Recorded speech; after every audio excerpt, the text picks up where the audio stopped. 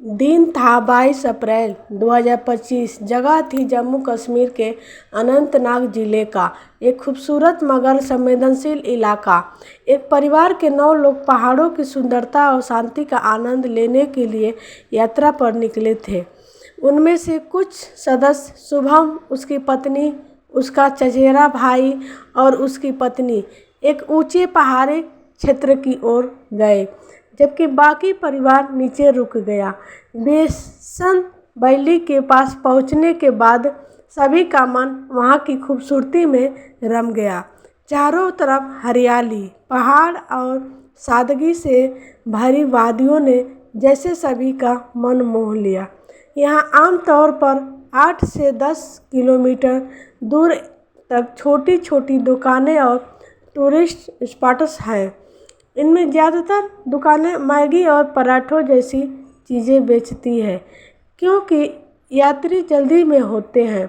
शुभम और उसकी पत्नी ने एक दुकान पर मैगी का आर्डर दिया। शुभम की मैगी पहले आ गई और वह खाने लगा। उसकी पत्नी अपने प्लेट का इंतज़ार करती रही। तभी पास में कुछ अजीब सी हरकतें देखने को मिली। पुलिस के कुछ जवान हाथों में आधुनिक हथियार लिए कुछ संदिग्ध लोगों को घेरे हुए थे। माहौल अचानक तनावपूर्ण हो गया। उसी समय किसी ने पत्नी से एक अजीब सवाल कर दिया, क्या आप मुस्लिम हैं? यह बात सुनकर वह चौंक गई और परेशान हो गई। माहौल में एक धार्मिक कट्टरता का संकेत मिला, जिसने स्थिति को और खतरनाक बना दिया। तभी एक धमाका हुआ। शुभम का मोबाइल और टैबलेट जमीन पर गिर गया और वह वहीं ढेर हो गया। उसकी पत्नी चिल्लाने लगी, तुमने मारा है मेरे पति को, अब मुझे भी मार डालो। लेकिन वहाँ खड़े लोगों में से किसी को भी उस पर दया नहीं आई, ना ही किसी को डर था कि एक मासूम की जान गई है। पर हमला सुनियोजित था। कुछ आतंकियों ने पर्यटकों को निशाना बनाया। वहाँ मौजूद लोग अपनी जान बचाने के लिए इधर उधर भाग रहे थे, लेकिन जो दुकान थी वो अभी भी खुली थी, जैसे कुछ हुआ ही ना हो। इस हमले में कई घर उजड़ गए। शुभम की पत्नी, बेटी और परिवार के अन्य सदस्य रो रो कर बेहाल थे। वहीं गांव के लोग अब भी कहते हैं कि यह जन्नत जैसा कश्मीर आज भी डर और दर्द से भरा हुआ है। घटना के दौरान कई स्थानीय लोग जैसे सैयद आदिल शाहिद शाह भी मौजूद थे।